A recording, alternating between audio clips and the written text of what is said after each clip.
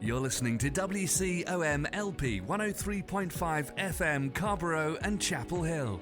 It's a Tuesday, it's 5 o'clock, and that only means one thing. It's time for another round of Snarky Faith with your host, Stuart Deloney. This is a space where we irreverently wrestle through life, culture, and spirituality, all with our heads in the clouds, our tongues in our cheeks, our hearts in our sleeves, and our feet on the ground. At Snarky Faith, the questions or even the answers are never the point. It's all about the conversation. So here's your host, Stuart Deloney. Hello? Hello? I keep hearing this voice once a week. It's me, Stuart Deloney. Is anyone out there? I've been sending messages in the form of podcasts and radio shows. Hello? Oh no, what has become of humanity? Is it only me? Am I self-quarantined and no one else is quarantined? Has anyone else gone back to their regular lives? Hello?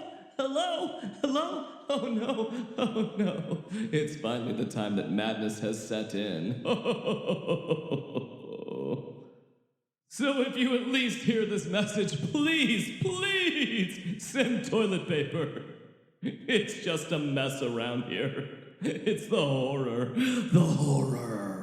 Well, good afternoon and welcome to another round of Snarky Faith Radio. I'm your host, Stuart Deloney, and welcome again to our pandemic edition of Snarky Faith, week 624.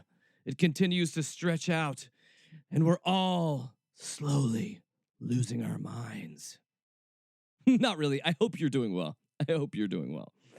So instead of going mad, how about let's just get snarky today? And I've got a veritable cornucopia of things to talk about in the course of our hour today here on Snarky Faith. Lots to go through. Like a little bit of a little bit of spring cleaning that needs to go in here, like a little bit of family chat that we're gonna have. We're gonna go far and wide, but hopefully it'll be a little bit fun and you're gonna enjoy yourself here. But first, we've got a little bit of house cleaning issues to kind of deal with up front. Not really house cleaning issues. I have no issue with you, but I've been asked this question by a few people that were kind of trolly turds online, but then also other people that have asked me questions kind of privately, and I try to be as transparent as possible as I can on this show.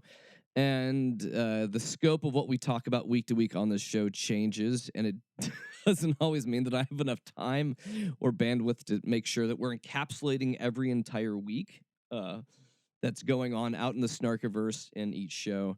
But the question I've been asked, and I feel like it's a fair one. It's a fair one because I'll take this more from like the troll standpoint, as how it's kind of been thrown at me thus far is, so let's say we have Troll A, and Troll A likes to come at me with this idea, oh, you like to rip on the godfather of troll, Donald Trump, but you and your high and mighty and snarkiness, what do you think about Biden? What do you think about Biden? What do you think about these sexual allegations with Biden? Yeah. You know what I'm talking about? Because I didn't really think I'd be talking about Biden in this show, but you know, that Biden? Which Biden? Oh, this Biden. And Corn Pop was a bad dude. And he ran a bunch of bad boys. Yeah, that Biden. And as the way that the trolls go with this, and hey, I want to just go ahead and just get things out here because, hey, that's what we do, right?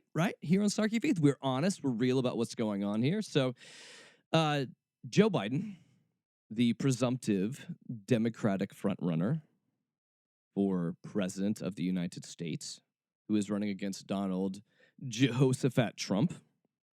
So Joe Biden has been accused of sexual assault from a former staff member of his, Tara Reid. And just like we did here on the show, where we went against Brett Kavanaugh, and especially the way that things are being pushed through around Kavanaugh and the unanswered questions around Kavanaugh. And what has bothered me, and I think that what happens with anyone that would be saying that they are more of the liberal persuasion, what bothers me is that when it comes to certain people, we say believe the woman, and when it comes to certain other people, it's easy to dismiss it. Um, no, I understand why. I understand why that happens because we are living in the time of Donald Trump, who is coronavirus is bad. Not as bad as Trump. Has really kind of been for our country over the past 3 decades, is what it feels like, 3 years that we've had him. And so it comes to Joe Biden. Sorry, my main point comes to Joe Biden. Joe Biden has been accused. I think his accuser needs to be heard.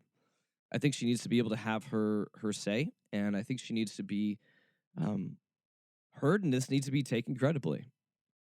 Because what I've said for a lot of these political candidates, and I don't feel like it's going against anything that I would say that I personally ascribe to within my own set of ethics, is this. I go back to this, whether it be, well, okay, let me hit my point here. So when it comes to situations like this, and situations like this rise up, I think that you have to begin to ask yourselves, what is the greater good? And for Joe Biden, if I was Joe Biden, which I am not, the greater good within this would be to, if he is the person that says he is, who he says he is a champion for women's rights, he needs to actually face his accuser. We need to be able to hash this out in a public sphere, because this person is wanting to run to be the next president of the United States. What do I think about the situation? I have no idea. I mean, it's Joe Biden who's creepy and sniffy and grabby. So is this outside the realm of reality? No. But are we talking about voting for Joe Biden versus Trump? Well, no, we're not there yet. And that's a different conversation down the line, where we end up having to have that conversation around, would you vote the least of the two predators? The least of the predatorial of the two predators. Yeah, okay. But that's not a conversation that necessarily needs to be had yet. The Democratic Party has not officially put their seal on him, so we're not there yet. But I go back to the situation with Kavanaugh, and when we have all of these people come up and begin to voice concerns with a person, guess what? Maybe you don't get to be in the Supreme Court, but you're still a federal judge. And the same thing for Biden. I mean, you've been vice president, you've been a senator, you've had a great career.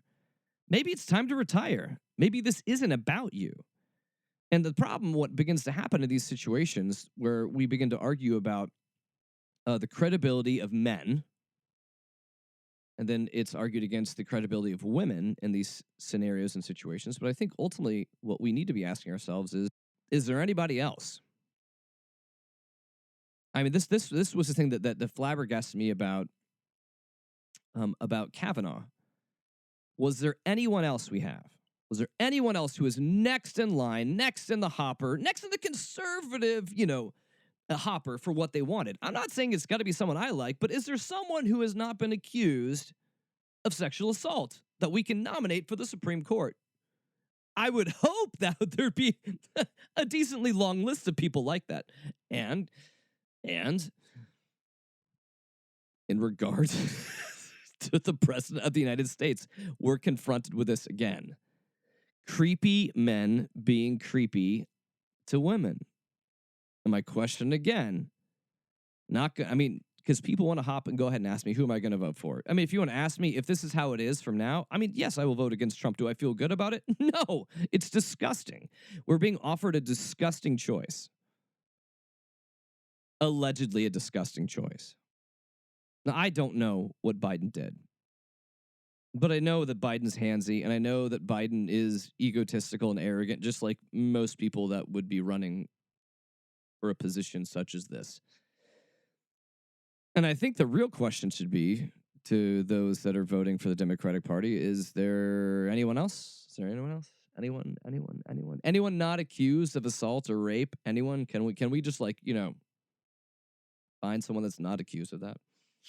So, yeah, That's my messy answer. That's my messy answer that isn't going to necessarily give you an easy, snarky realm to how you walk this out.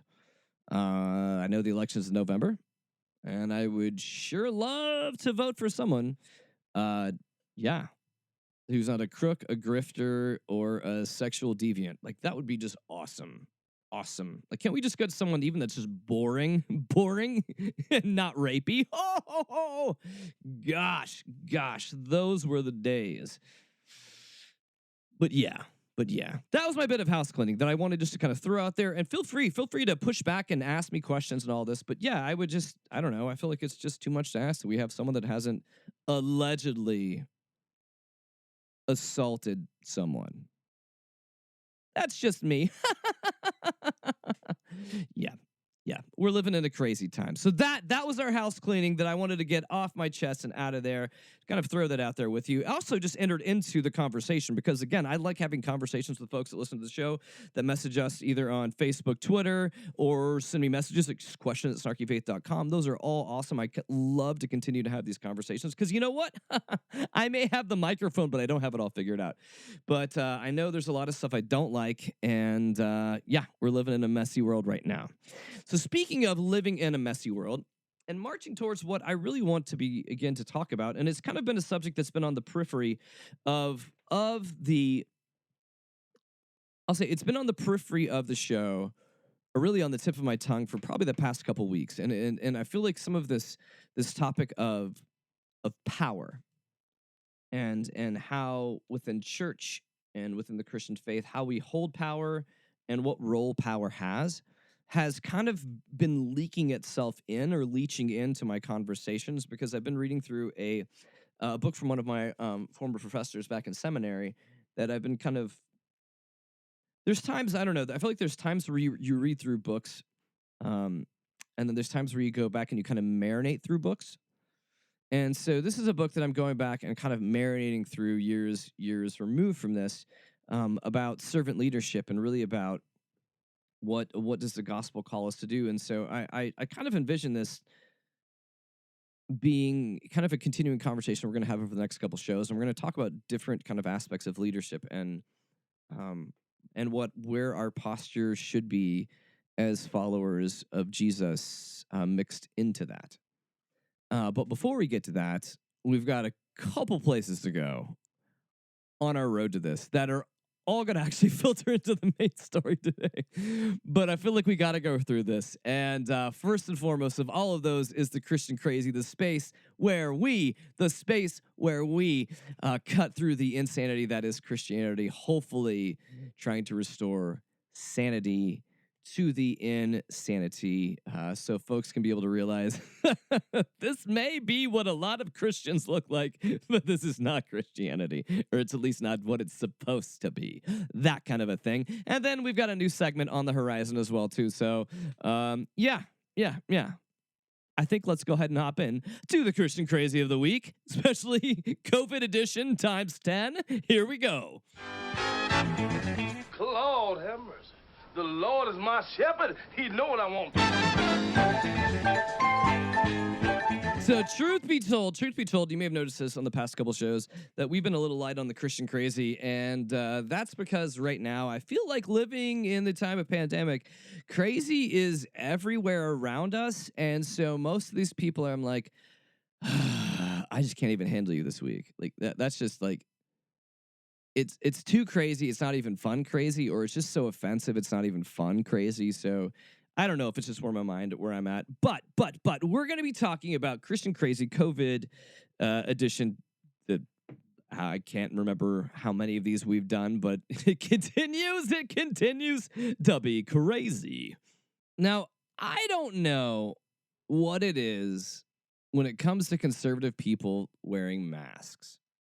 I mean, a lot of them are fine wearing ball gags behind doors. So really, like, I'm not sure where wearing a mask is that big of an issue. Like, I've been hearing stuff online where people are saying like, wearing masks is a sign of submission, or oh no, we're being taken over like the Jews were during the days of the Nazis. They're just teaching us to conform to wear masks. Or then you have Republican state lawmaker in Ohio, Nino Vitale. Yeah, this asshat who apparently will not wear a mask, even though his state, the governor, is requiring them to follow the guidance. Because Nino is a little bit worried. His faith, it's really all about his faith. Because he said this. This is the greatest nation on earth, founded on Judeo-Christian principles. One of those principles is that we are all created in the image and likeness of God. That image is seen most by our face, and I will not wear a mask. No, I will not hide the image of God, because God only has a face, not feet or hands or an ass or anything else. If we hide that, what are we, robots? Who knows? I don't even know what the people are anymore when they cover up part of their face. Who knows what we could be? Yeah. This is ludicrous. It's stupid. It's asinine. And guess what? You know what? You know who's also stupid and asinine? Yes. Conservative pastor Andrew Wommack. And Andrew also has feelings about wearing masks. Oh, really, Andrew? Please inform us. I don't know that they have a constitutional right to require you to wear a face mask and stuff like this. I can see the practicality of it. Well, we're supposed to see ourselves in Christ and let this mind be in us which was in Christ. And I just can't even picture Jesus wearing a mask as he goes around and praying for people. It just doesn't compute with me. Yeah. Oh, yeah. So, Andrew, because regardless of science, which we've also talked about in the past, involving God's creation. Science somehow is the study of God's creation, and we're involving God's creation in all of this. But you can't see yourself. I can't see Jesus wearing a mask. I mean, if I can't see it, he must not have done it. I mean, because most of life revolves around my sense of object permanence. And if I can't see it, it doesn't exist. What's oxygen? I don't know. I can't see it. I can't breathe. Yeah. So, right? So we can't wear masks because Jesus wouldn't? Or we can't envision Jesus wearing a mask or potentially covering his face? Because, I mean, when you think of the Middle Eastern world and you think of people ever covering their face, that's something that never happens. So yes, you're probably right. Jesus never covered his face. So good one, Andrew Wommack. Good one. Yeah, no, people just wear masks. I mean, I think the biggest thing that if we can ever distill things from the Bible into the two simplest verses is love the Lord your God with all your heart, soul, mind, and strength, and love your neighbor as yourself. If you want to walk out what it is in the most basic, kindergarten, Sunday school levels of being a Christian, wear a damn mask. It is a courtesy to your neighbor. It is a courtesy that we are all in this together, and I don't want to get you sick. That's what this is. This is not an act of fascism. Your rights are not being taken away from you, and I'm sorry that we didn't write in a mask provision into the Constitution of the United States. But yeah. You want to be a good neighbor, wear a face mask. If Jesus was in the time of pandemic and Jesus wanted his followers to wear a face mask, Jesus would wear a face. This is just so dumb. I mean, I don't think Jesus would wear Air Jordans either. So therefore, they should not exist and Christians shouldn't wear them. Jesus would not drive a car because Jesus lived and existed 2,000 years ago. So therefore, we should not have a car. We have, we have lighting and indoor plumbing. Jesus didn't have that, so we shouldn't. Yeah, that's just dumb. It's just dumb. And when we descend into in levels of this kind of dumbness, it's just not even fun anymore. So, yeah, let's not be dumb idiots in the time of pandemic when life is already difficult enough. Let's try to just make things simpler. Come on, people, right? Can we do this? Let's just try to just do the bare minimum. Okay, so we are still fully in the midst of the Christian crazy right here. I just have to remind you that, but I've got some good and hopeful and encouraging words from Ralph Reed. I mean, this is phenomenal. I will remind you that, again, we're still in the midst of the Christian crazy, but this is fantastic. It's going to be amazing. You're going to be blown away because Ralph Reed is going to talk to us exactly about like how Christians are supposed to handle the outsider in culture, like kind of like Jesus did, like stuff we kind of talk about on the show. I mean, it's really amazing as he starts going here. So I really just, this is crazy. I mean, it's Ralph Reed of all people, and well, I'll let you judge this for yourself because this is pretty mind blowing. Even though I will remind you, we're still within the confines of the Christian crazy. We're inside the parentheses still of this part of the show. So hopefulness, maybe. So hit me, Ralphie, baby. If you're going to exclude somebody from serving in society because they've made mistakes in the past and because they've come up short, then I think that is not only contrary to good citizenship, I think it's contrary to the gospel. Throughout Scripture, God takes people who are the dismissed, the demeaned, the failures, the outcasts, the people who came up short, the prostitute, the woman who had 5 husbands and was then living with the Samaritan woman at the well. These are the people that Jesus reached out to. I mean, amen, Brother Reed. I mean, amen. That's what Jesus did. That's what Jesus was about. He was about the outsider, the marginalized, someone that was like forgotten about in society and culture, those that had been pushed aside, those that were poor and sad. And yes. I mean, your story about the woman at the well, I appreciate that you turned this into some sort of an inclusive LGBTQ story where the woman at the well had a wife that also had many husbands. I don't really know how that worked, but I love it. I love how you're taking this, all right? You're being amazing. This is so wonderful and inclusive. This is like the spirit and how the church should be today. Oh my gosh. So where are you going with this? This is exactly how the church should be towards people that are marginalized, right, Ralph? Oh my gosh, Ralph. Wow. And I personally think that what Christians did with Donald Trump was they extended grace to him, they hoped for the best out of him, and they accepted him for who he was and where he was. And they hoped to move him along by loving on him instead of throwing rocks and judging him.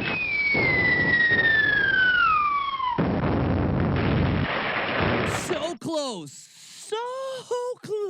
Ralph Reed. You were like inches away from the gospel, and then you used it to wipe your ass because you've ran out of toilet paper. Because you mentioned Donald Trump being the marginalized, the outcast in society. I mean, he doesn't quite have leprosy, but that orange thing, I mean, I kind of see where you're thinking about this thing. But yeah. Because, I mean, I wish our society, like, pushed sexual predators to the edges of... edges of culture. I wish we didn't celebrate them and let them continue to be successful business owners, presidents of the United States, people running for president of the United States. Who knows? But no.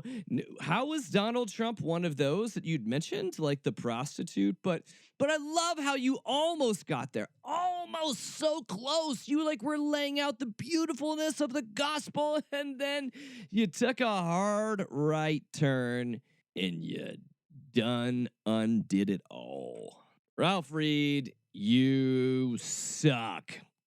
So close, but so far away.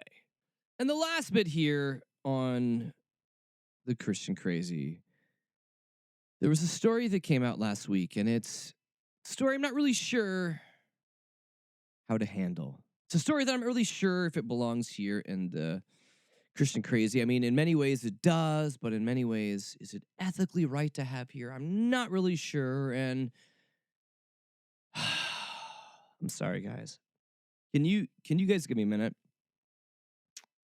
Can you give me just a little bit of time real quick? Because I want to I may need to.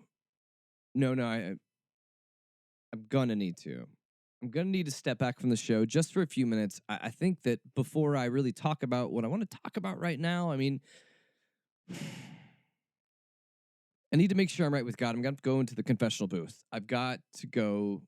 I'm gonna do this, and then hopefully my time with God it'll be able to settle this out, and then I'll explain it to you guys. And I know that we're living in the time of COVID, and there's been situations, especially like recently, like in this last week, where the Supreme Court was hearing rulings, and someone left their speakerphone unmiked and went to the bathroom and flushed the toilet. This is for the Supreme Court, and I know like that's just awful. I don't even know why I bring this up now. So I wouldn't do something like that. So can you just bear with me for a minute? It should only take a couple minutes.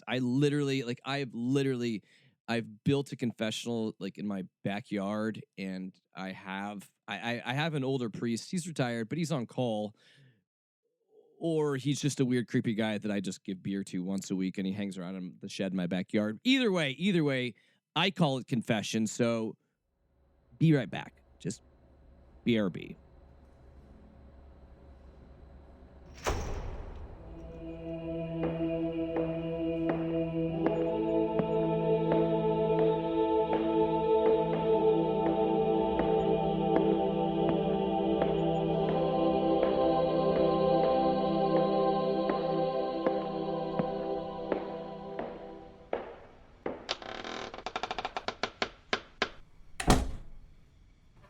Forgive me, Father, for I have sinned. It has been... Well, it's at least been before Joe Exotic that I have confessed my sins. Maybe even back to the original Circle on Netflix. I'm not really sure. But really what I'm struggling with, Father, here is on the radio show, I like to call out hypocrisy within Christianity, especially one that is really damaging to the ways and teachings of Jesus. We often... Okay, I'm sorry. I'll get to my point. I'm getting to my point, Father. This last week, Jim Bakker had a stroke. Jim Bakker had a stroke in the midst of his organization having financial troubles because they're selling snake oil. They're whining and crying that now credit card companies will not give them God's money because they have quit taking in money from people on the outside. And Jim is even having to go on camera like where they're begging for checks in the mail because they're not sure if their whole new Ponzi scheme is going to work out, God. So when I hear that Jim has when I hear that Jim has a stroke, part of me wants to say, like, good for him. But I know that's not, like, the good Christian thing to do. Like, I know that we want to find the humanity in every person. And as I think through this, I'm like, gosh, like, I think through the amount of people and lives that Jim has hurt and how much of the faith Jim has completely just raped for his own ego and greed and how he's kind of laid a groundwork, kind of a blueprint for others like him to take up that staff of being a false prophet that cheats people in the name of Jesus. And so, Father, I'm really just struggling here because, it would be easy to kind of be like, hey, Jim, why aren't you taking Silver Solution to deal with that stroke you went through? I thought it cured everything. But that would be really, that's not as insensitive. That's insensitive, Father. And so I'm really just here to confess that, in the midst of this time, I mean, it's a person who has kids and wives, and I in a business, a thriving business that takes money from old people. So it's hard to know like where to mock, where to call out, like where is that place for me? So I guess I just come here because I really just can't make it through the Christian crazy on my own. And I just wanted to get this off my chest because I didn't feel like it was right to say all these things I'm saying here, like outside the confessional booth, because this is just a private space where we're just, where I can get things off my chest. I know that people aren't gonna like judge or really just think about like what's going on here in this building, this very, very, very large shed that I own in the back. But thank you. Thank you for hearing my confession here. I do own this very large cathedral-shaped shed. I should come here more often. But I appreciate that, and I do. I repent of my snarky needs to make fun of Jim Bakker in his time of need, and because of that, I will I'll call out 3 Hail Marys and a few Jared Falwell seniors just for good measure. I'll do that. So thank you. I'll be back here sooner than later. All right. Thank you for hearing my confession.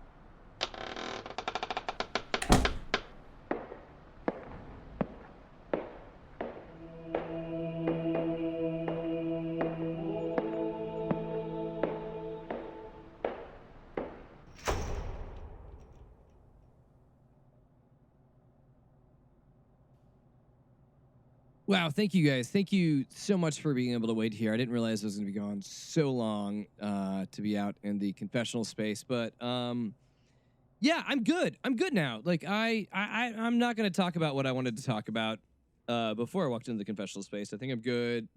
We'll move on here. And so as we move on today, I want to talk about 2 things that have kind of been I've been processing through. And as I kind of like look into where we are at now, when I kind of feel out where are we at now as an American society, especially at this stage in the pandemic, I continue to see things that I want to have a conversation about, because I feel like that as I look through the news and as I look through the way the culture is moving, is that there's a push from a decent portion of the population to be able to get back to normal. We've got to get back to the way things were, is what we hear, right? We want to move beyond this and restore life, restore the economy, restore things to as they were. Now, I'm going to be honest here. Throughout my life, I probably had some time periods of significant shift where things either did not go the way I wanted them to, or certain situations changed, and it caused me to need to change the way that I looked at my grounding, the way I looked at the way the world was around me. And I firmly believe this, and I feel like we've been talking about this in at least in some regard for the past couple weeks here on Snarky Faith, being able to talk through allowing the pandemic, allowing this time of pause to change us. And when it comes to slowing down, when it comes to finding quiet space, we as humans do not like that. We are accustomed to getting things when we want them, and we want them now, and we want them 5 minutes ago. And so we have kind of, especially in a world based with technology, we've become kind of an instant gratification society. And being through this time of quarantine, I think that it's challenged a lot of us. It's brought certain things to the forefront for us to be able to deal with. I feel like I have these conversations.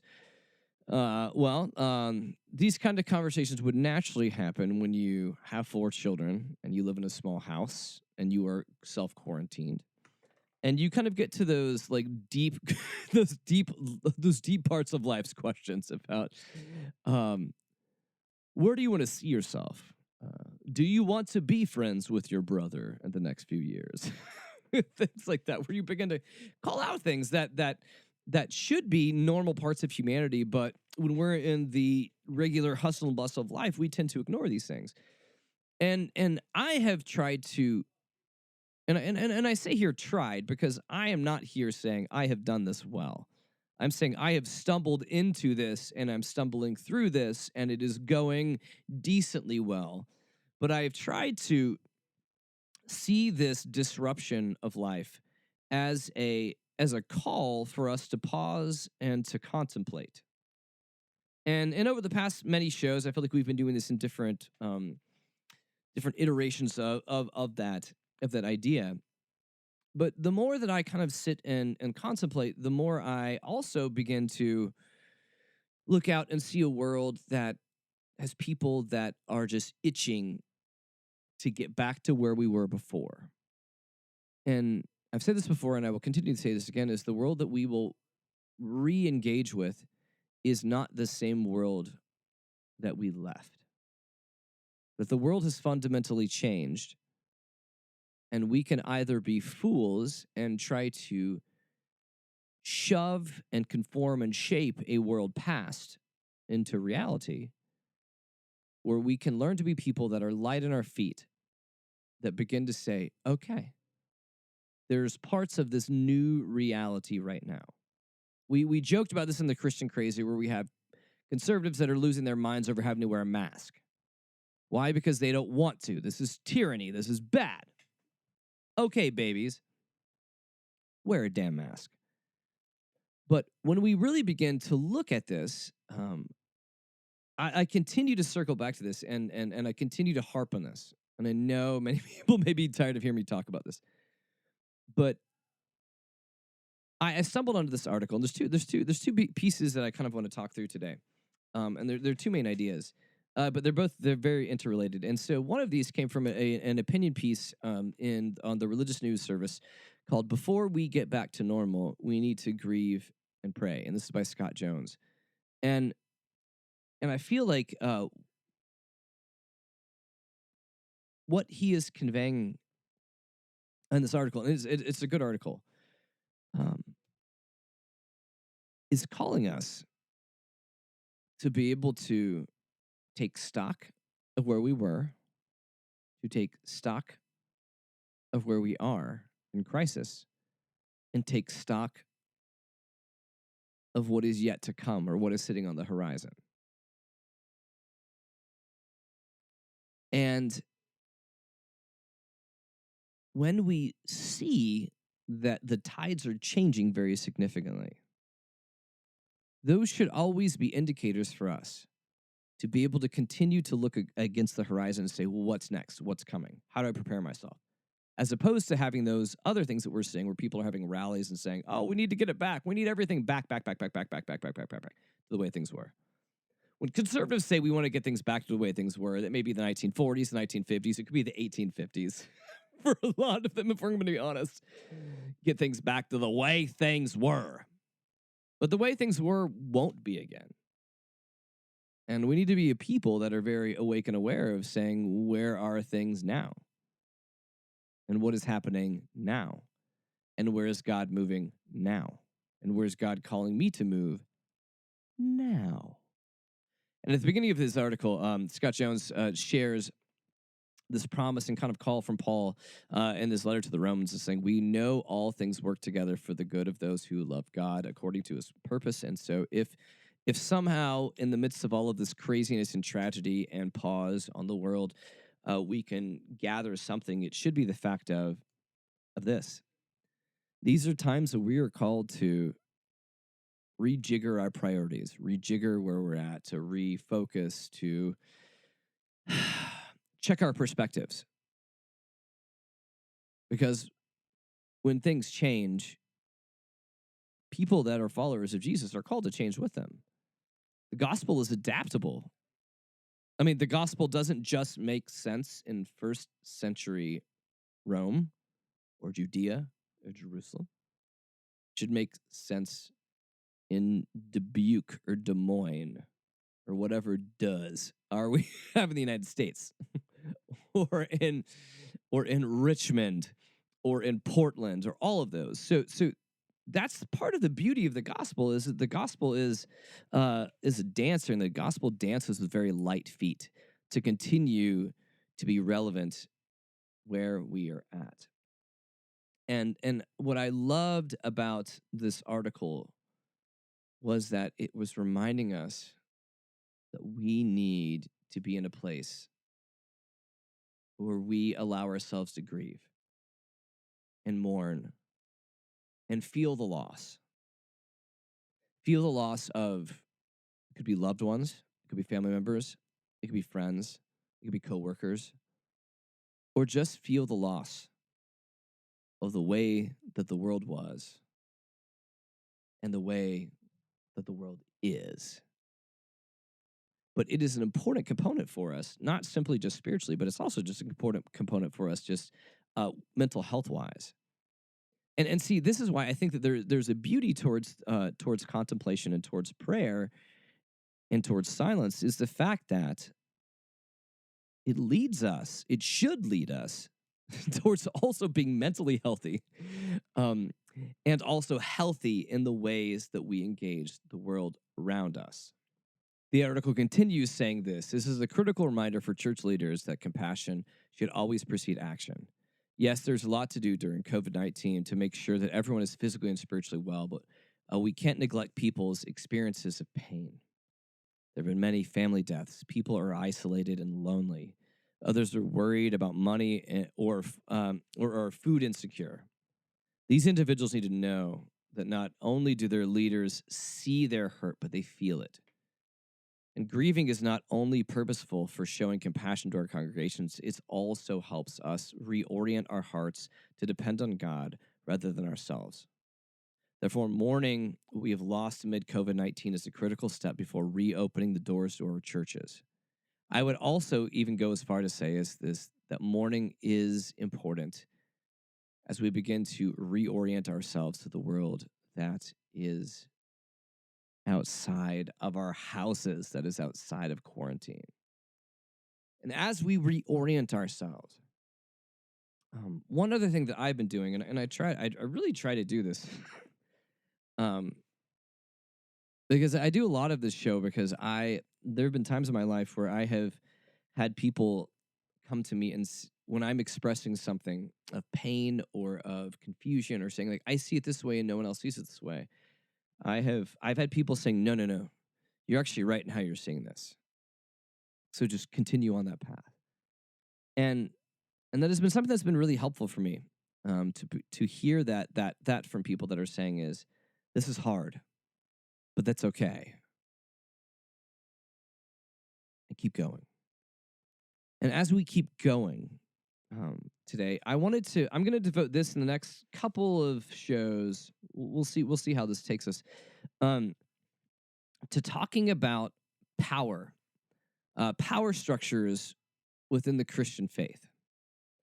And I return to this because I've been meditating, and I mentioned this at the top of the hour. I've been meditating on a book that one of my professors wrote a few years back. It was one of my professors from seminary, and he and I had this really, I don't know if he would describe it the same way, but an odd relationship to where we had great affinity for each other in written word, great affinity for each other, especially through classes I had online with him. But when you hang out with people in person, it's a different statement. So we had this great affinity for one another, but based upon generational barriers and language barriers and things of me also being sarcastic, that we had these other barriers where we just knew that we kind of loved and appreciated each other. And it seemed to be, I don't know, I have a deep love for this man, is really what I'm trying to tell you. And it was one of my professors at Fuller Seminary, Wilmer Villacorta. And Wilmer was one of the first people, because I entered into seminary years after I having been in the ministry. And he was one of the people that was in charge of my entire cohort of people that were part of my program, but that began to really remind me that we're not called, and it's so silly, and I repeat this all the time on our show, and this is like one of his mantras. It's not his, but it's one that he beat into my head, was that we are human beings, not human doings. He was one of the people that really turned me on to the life-giving of Henry Nouwen, and really helped to change me and refocus, and pretty much ruin my role in ministry. But also refocus it really more towards the heart of Christ. I feel like a lot of the heart of this professor that I have, this sage that did a lot of mentoring work with me, was the fact that one of the greatest things I would thank him for was ruining me for Christian ministry, but also helping me to see the ways of Jesus more clearly than I had before. And that's an odd thing to say, is that my seminary degree ruined me to do vocational ministry because it opened me up to the way that Jesus was and taught his followers to be. And that kind of honesty and spiritual wreckage has actually been a huge gift to me on my life. And I've been going through, he'd written this book a few years back called Tug of War. And it's a book that is to challenge the structures of power within the Christian faith. And so I want to be able to talk through power structures in faith, power structures in our own walks over the next couple of weeks. So I'm going to use just the next time we have, like the last 10 minutes of the show, to really kind of delve into that. It's kind of stuff we've been talking about before, but it's going to dive a little bit deeper into that. And as he begins his book, he's quoting from a parable from Martin Buber, Martin Buber's Tale of Angels, that illustrates Buber's hope to alleviate human suffering. And what I'm going to do is we're going to talk through this, and we're going to, and I want this to be something that we can kind of wrestle through in this time of pause, because I feel like these times are gifts that are given to us. Okay. So here is this parable. So Buber's tale recounts how a caring, compassionate angel sought and received the power from God to set the world straight. For a year, the earth was fruitful and flourished. But when the people harvested their prolific fields, they made bread from their grains, and it, quote, fell to pieces, and the pieces were unpalatable. They filled the mouth with disgusting taste like clay. The distraught angel returned to God, saying, "Help me to understand where my power and judgment were lacking." And the angel was disheartened at what he saw, the rampant hunger, despair, rebellion against God, and her confusion was as unexpected and tragic outcome led her to doubt herself and struggle in her own performance. And after crying to God and trying to make sense of her predicament, she faced the truth of her powerlessness, which seemed unbearable. And certainly, it felt good to see prosperity, effectiveness, and meaning, but there was a deeper lesson yet to be discovered. And when we think about the life of faith, and we begin to think about the life of following after Jesus, we like to think of those times that are the celebrations, those times that are kind of Hallmark carded and easy to be able to congratulate people on. But when it becomes to be able to living out situations of power like this in life, when we're given responsibility, things don't always work out the way we want them to. That life has gain, but it also has pain. Life has tragedy, but it also has celebration. And I feel like we've moved ourselves to a place in life where we want to only celebrate, and we don't want to be able to sit in our loneliness, sit in our despair, and sit in our pain. And when we think about the Christian life, oftentimes we want to be able to think about this victorious life, this life that is full of power. And in our faith, we'll see instances where we have situations where someone that was within power used their power to forward the faith. Or that power can give us meaning. Because power validates how we perform. It validates the fruit of our efforts. Like if we did something, were there a lot of people there? Did I do well? Right? Like, was it something that I was able to see tangible numbers of people do this? Right? Did it build me up? And we begin to see in all of these ways how power, and what we assume the result on power becomes our God. Because if we want to think religious power equals more influence, that's a dangerous place to be. And what I want to do in this kind of just first bit of our conversation, which I want to continue into the next couple of weeks, we're talking through systems and situations and relations of power, is how do we evaluate what is good? How do we evaluate what is successful? I mentioned earlier that these times of pause, I'm not saying are from God, but I'm saying we can use as an opportunity to be able to slow ourselves down, to be able to think deeper about our actions and our trajectory and what we are investing ourselves in. So these times of pause, these times of pandemic, are a time for us to be able to take stock in what is important and what matters and where we're moving.